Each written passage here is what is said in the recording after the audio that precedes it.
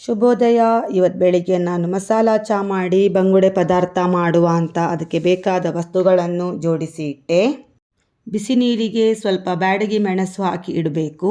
ಇದು ಪದಾರ್ಥಕ್ಕೆ ಒಳ್ಳೆ ಬಣ್ಣ ಕೊಡುತ್ತದೆ. ಈರುಳ್ಳಿಯನ್ನು ಚಿಕ್ಕದಾಗಿ ತುಂಡು ಮಾಡಿ ಕೆಂಪಾಗುವ ತನಕ ಹುರಿಬೇಕು. ನಾನು ಮೀನಿನ ಪದಾರ್ಥ ಮಾಡಲು ಮಣ್ಣಿನ ಪಾತ್ರೆಯನ್ನು ಉಪಯೋಗಿಸುತ್ತೇನೆ.